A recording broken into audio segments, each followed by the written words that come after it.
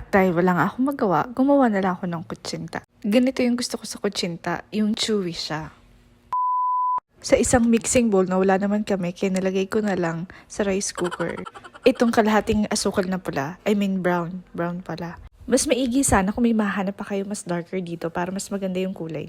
Bago pa sila magtampo, isunod na natin yung iba pang dry ingredients. Tig 2 cups pala to ng all-purpose flour at 2 cups din ng cassava starch. Ang nagamit ko nga palang measuring cup dyan ay 1/2 kaya makikita nyo tig-4 sila. After nating ma-mix yung lahat ng dry ingredients, isunod na natin yung 6 and 1/4 cups ng tubig. Isa sa mga pinaka-importanteng sangkap ay itong 2 tablespoons ng lihiya or lye water. I-rest pala ito after mixing for 30 to 1 hour.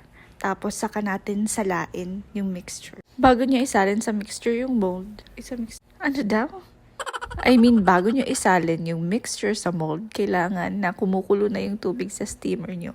At pagkatapos nga ng 10 to 15 minutes ay meron ka ng kutsinta. Napaka-perfect nga ng pagkakaluto nito dahil wala siyang dimple or wala siyang kulubot sa ibabaw. Kung mapapansin nyo, hindi na ako nag-grease ng molds pero napakadali niya pa rin tanggalin gamit ang toothpick. Siguraduhin lang ng gagamiting toothpick ay bago pa at hindi yung ginamit mo na sa siramong bagang.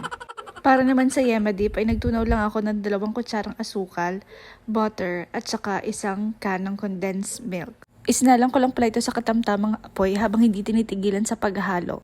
At pakiusap, huwag nyo rin pala itong iiwan dahil wala na kayong babalikan. Baka masunog to. Tapos maging yema. Huy, baliktad. Magiging yema muna siya bago masunog. O diba, napakadali lang gumawa ng kutsinta. Parang transition mo lang yon sa pagiging K-pop fanatic hanggang sa naging One Piece fanatic ka na.